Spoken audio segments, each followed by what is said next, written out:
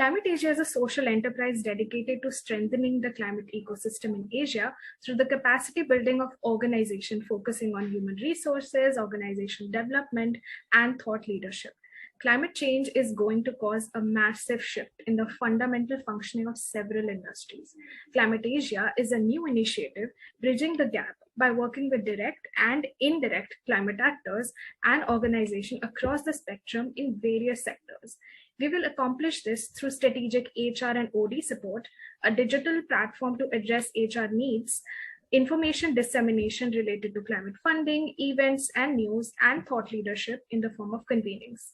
We are launching the Conversation of Change, a video interview series centered around one of the most pertinent crises of our time, climate change. Conversation of Change attempts to synthesize the perspectives around climate action, skills, talent, and journey of various climate leaders and their role in the climate ecosystem.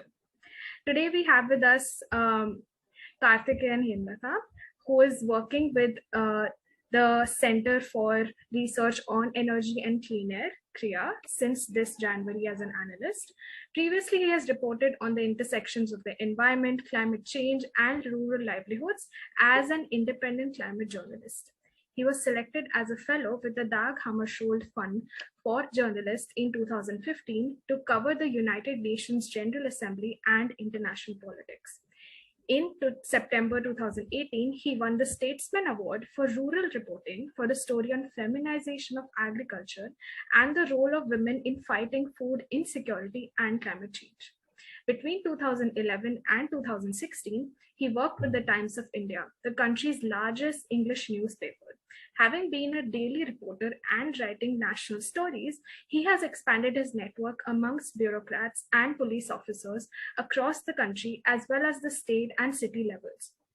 By writing about rural livelihoods and climate change, he also has sources at grassroots-level NGOs, scientists from various institutes, and policymakers from different ministries. He is currently writing a book tentatively titled Daughters of the Soil with Penguin India.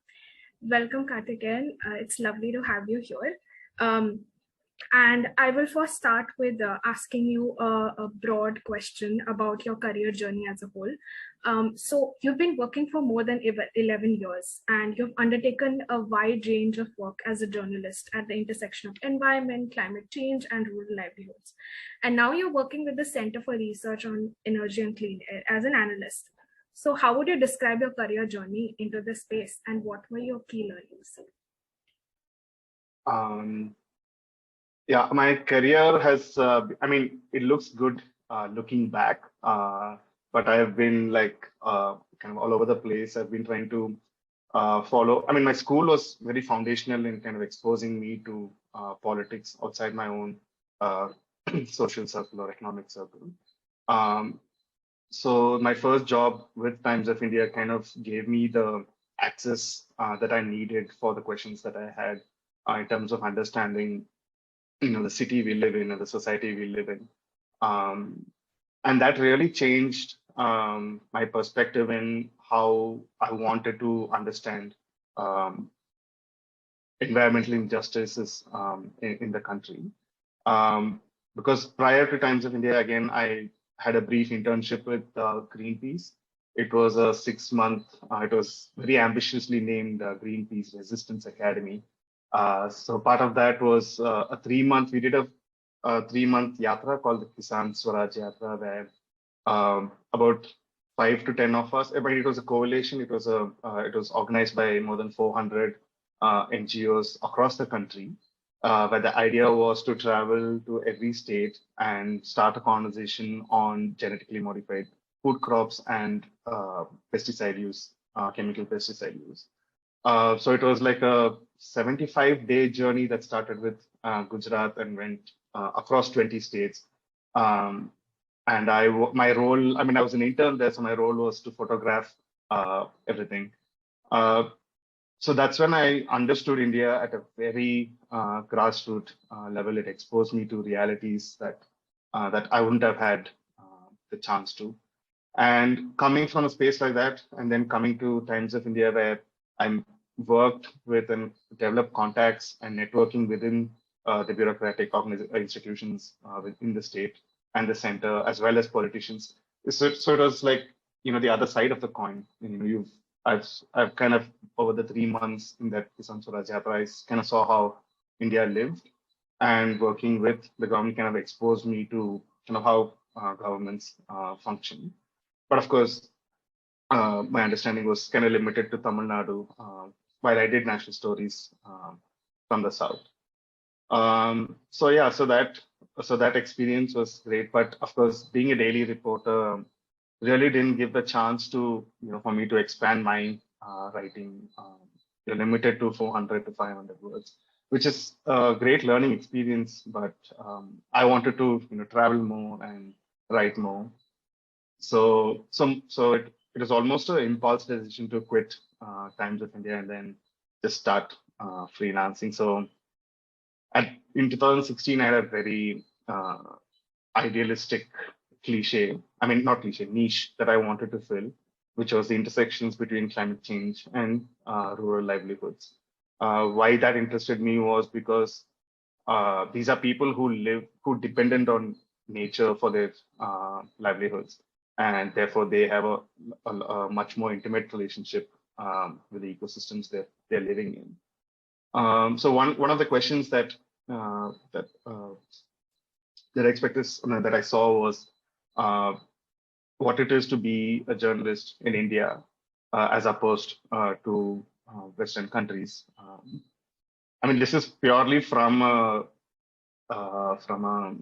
day-to-day life, it's very difficult because it's much easier to report on research papers, which is good. There are a lot of organizations putting out incredible research, but to do field work, the resources are very limited. Mainstream publications don't have that kind of space for a 1,000-word story. Neither the funds to, I don't know if the funds are there or not, but money is not there for journalists to travel. So in India, if you've noticed, it's mostly freelancers and independent writers who depend on grants and fellowships to cover these kind of stories. Whereas daily reporters are doing an incredible job of keeping track of government policies at the very top level. And of course, we have regional reporters doing that at the regional level as well. So freelancing was, it was a mixed bag. I got to travel a lot, which is something that I always wanted to do. Writing was, that's a personal challenge, but it kind of gave me the freedom to do what I wanted. But of course, there's that insecurity of, how much are you earning every month? That insecurity always exists. Now, this was for me as a single man who doesn't have any family commitments and stuff like that. So, I'm still in touch with my friends from Times of India. And that's the biggest challenge. If you want to explore and expand your journalism, this is not specific to Times of any daily reporting.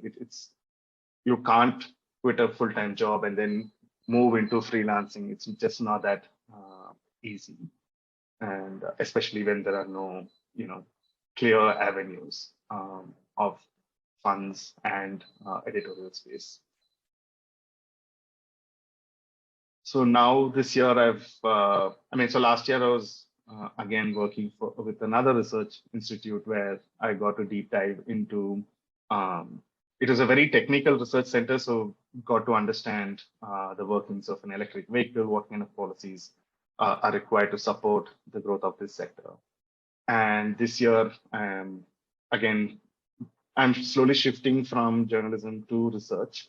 So that's again something that's very new to me. Here I'm writing, I'm working on air pollution specifically.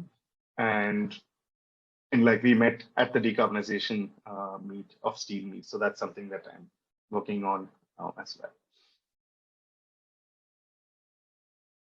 Yeah, so that's been my brief career.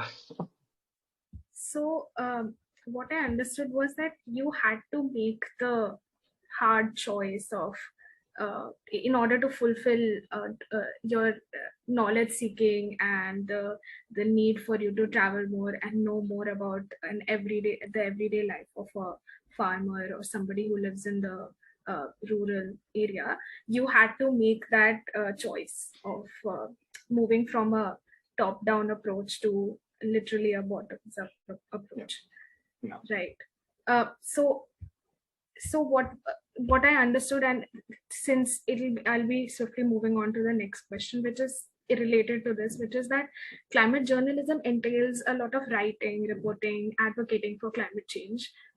Yet people magnetize towards mainstream journalism, and that I understood from what you said also. And they lack the specific skills required for climate reporting. So what challenges did you notice, and what have you personally faced when it comes to attracting and retaining talent in this space? And what has been a challenge for you working with these people in this space? When you mean climate journalists? Yes.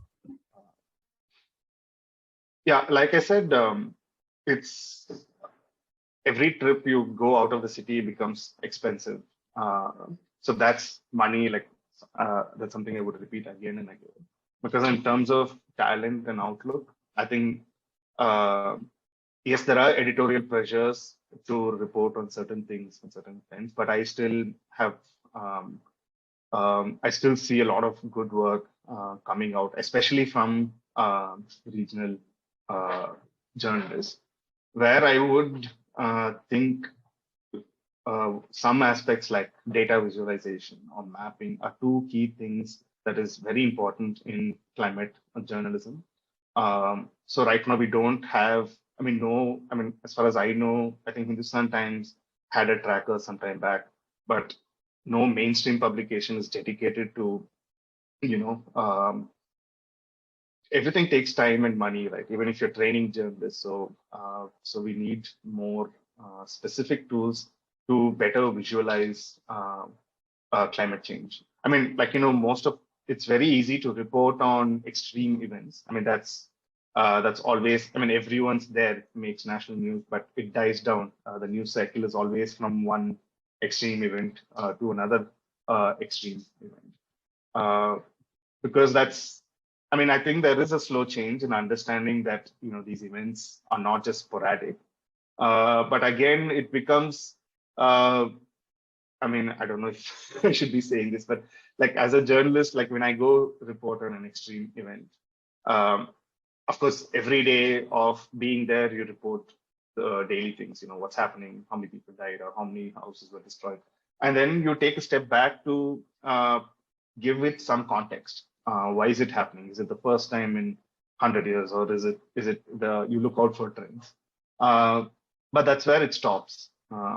There's no time to go back into finding deeper connections between why these events are happening and what are the long-term consequences of that. So as a freelancer, that's the freedom that I got, that I could deep dive on both sides, on the field, as well as talking to researchers and finding my sources. Of course, these stories take time. So like my typical story takes about a week or 10 days to write a single story. So you're slowed down, and so yeah, you do have new age publications that are giving time and the space to do that, but I would say it's not enough. So do you think there are visible differences in how climate journalism is pursued in India and how is it pursued in the West? Or yeah, absolutely. Absolutely. At least from what I read from here, which is mostly the international publications, and I see a lot of climate stories. Like I think New York Times was one of the first ones to even have a climate section on their website. I'm yet to see that here. The Guardian spends a lot of resources in visualizing their data. Reuters does that. Not so much in India. We have Scroll that does, but that does deep dive into environmental issues. We have a few others. I can't name all of them, but clearly not enough. Right. So since you as a climate journalist have worked with multiple stakeholders from the industry, government and media, what advice would you have for them to collaborate in a stronger manner in order to boost the rise of climate journalism in India? I feel the biggest stakeholders are the people with lived experiences, and I think reaching out to them is the most important aspect in advocating for any kind of policy. Like one example I would give was like in Pavagada when I went. When it was built, I think it was the world's largest solar park in the world. And of course, it was a big step in the RE space. And it was, but what I noticed was like the villages around the solar park, it was all fragmented.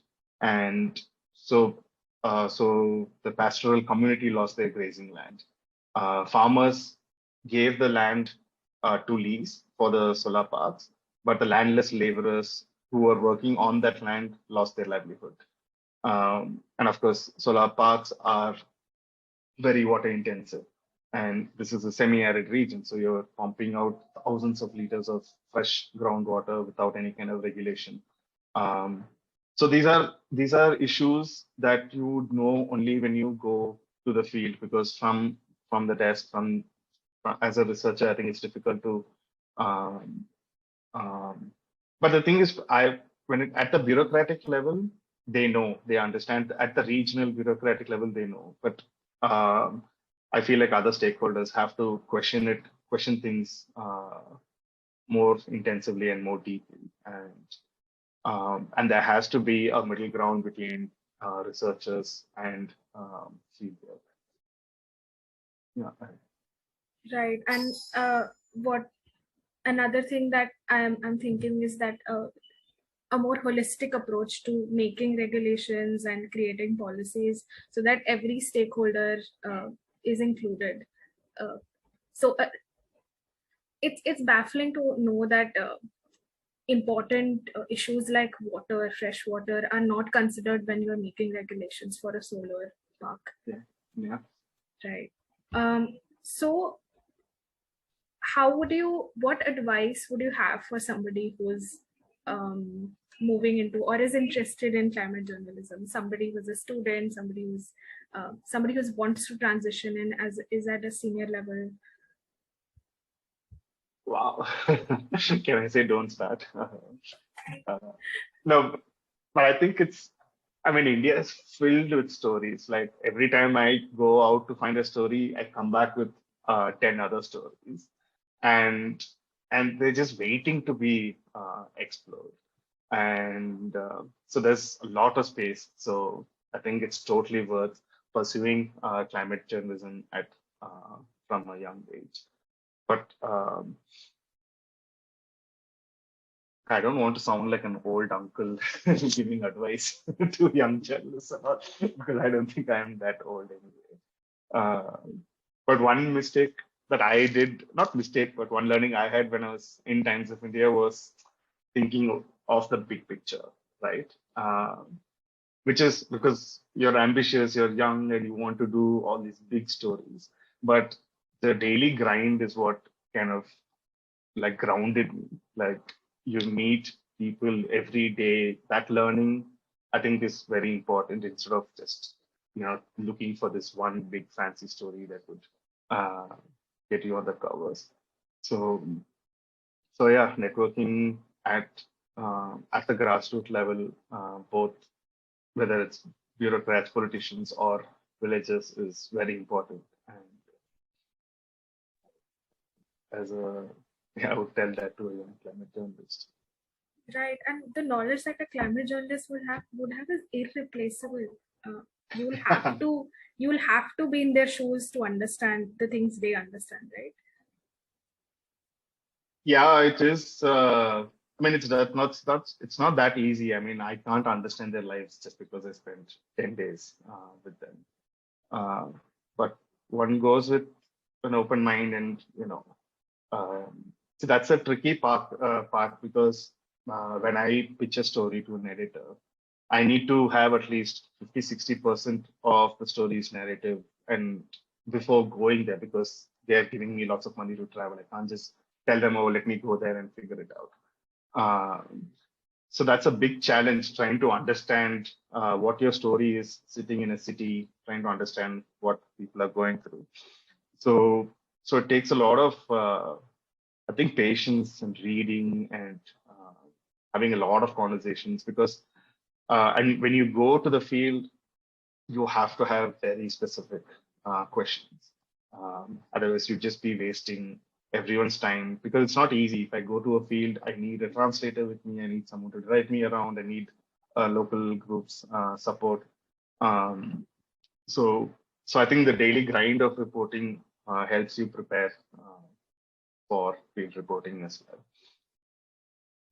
Right. So talking about writing and reporting, you won the Statesmen prize for reporting on the importance and role of women in Indian agriculture. According to the award-winning article, an all-India Millet Sisters network is based on the ideology that growing millets are a symbol of moving away from the clutches of patriarchy in farming. This brings them the closest to eco-feminist philosophy.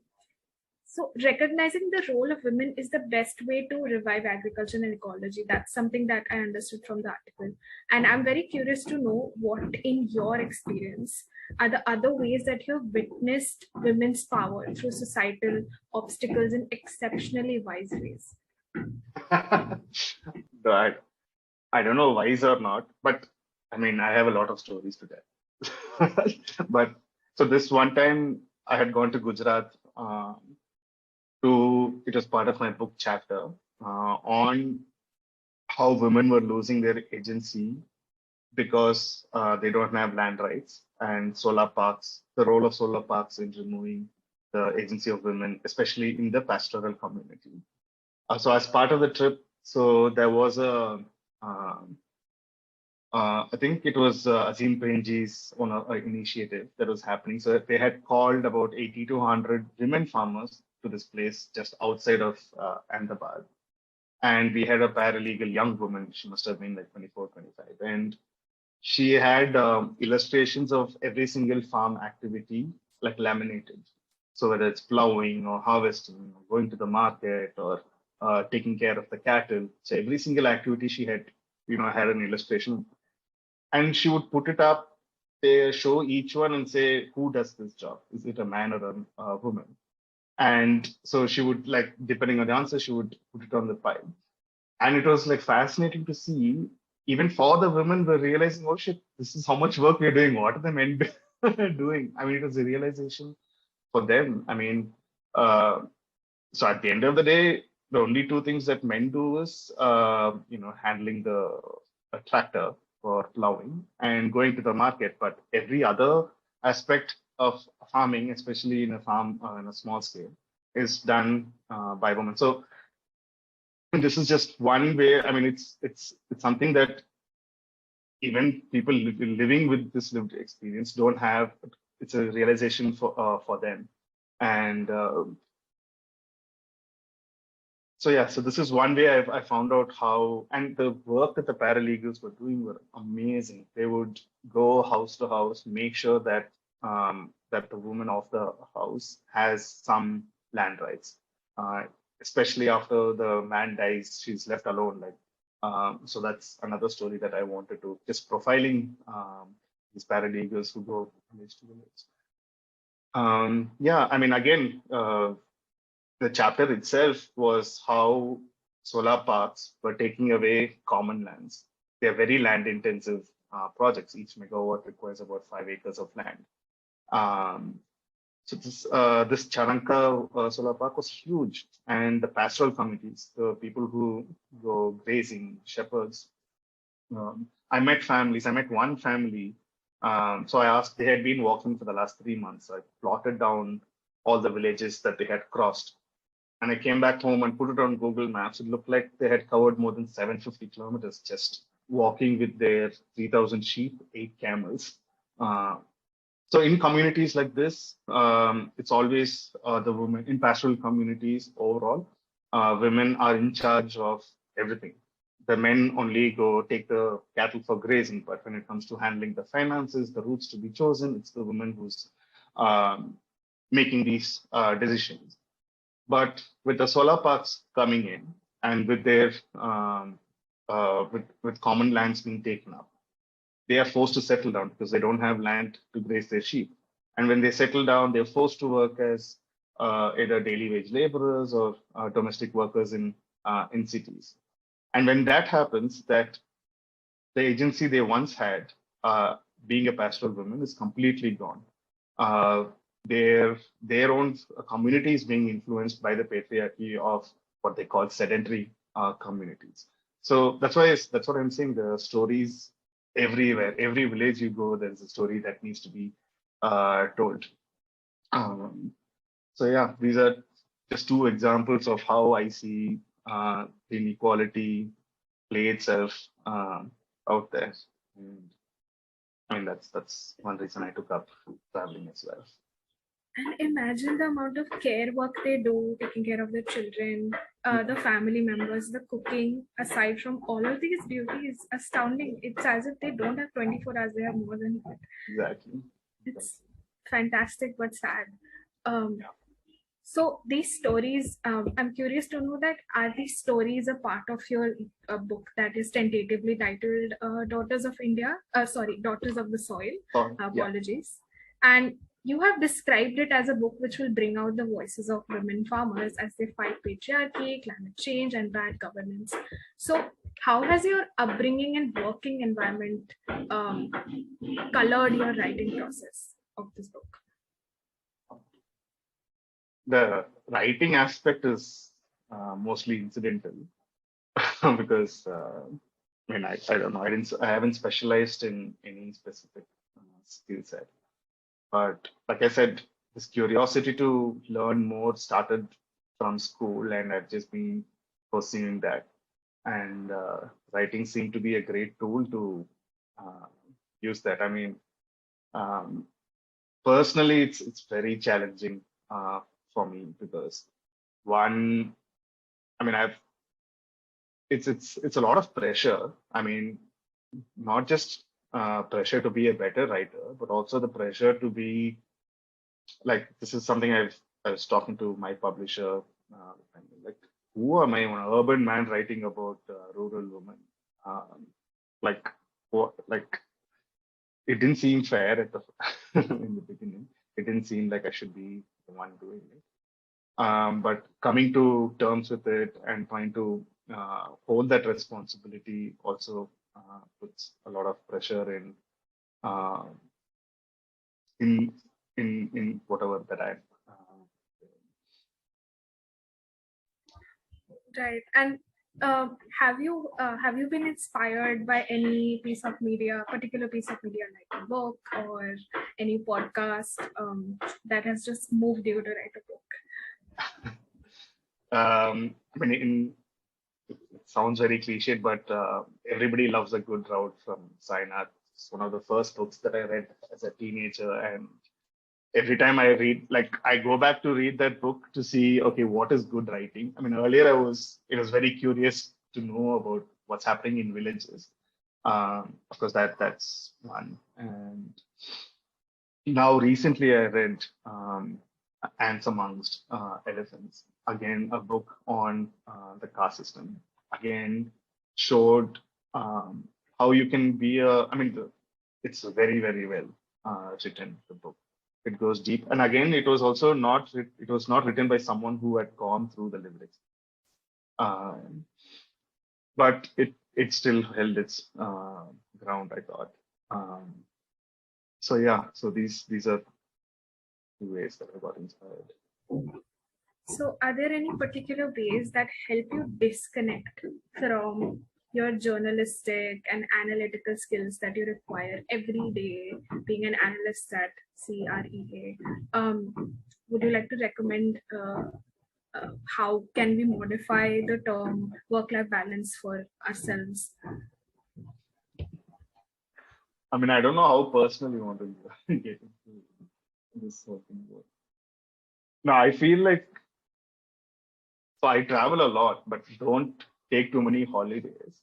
But so I think that's something that's important. I gotten used to traveling only for work, and sometimes when I have to. So last month I was in Spiti Valley, and so I had to force myself, don't look for stories. This is, you're not going. But it's again very difficult to switch off. And then I thought I was just being very vain by spending so much money and not,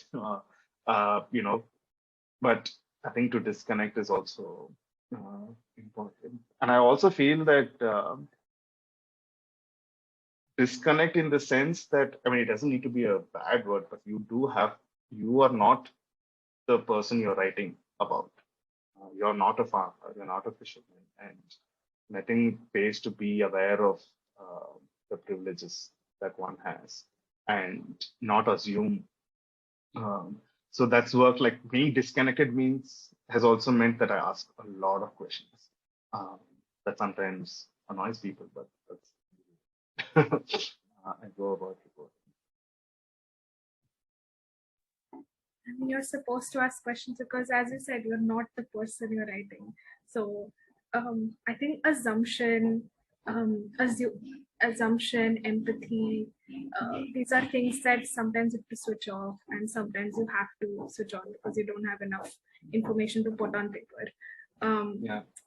But this is incredible. Thank you for having this conversation. I would love to read more articles, although as you said, you have slowed down a little bit on writing, but super excited for your book to come out.